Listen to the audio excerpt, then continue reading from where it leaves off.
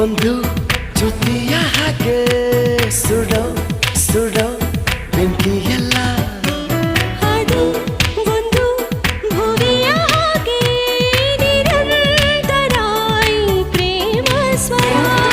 ಈ ಪ್ರೀತಿ ಆಕಾಶಕ್ಕೂ ಎತ್ತರ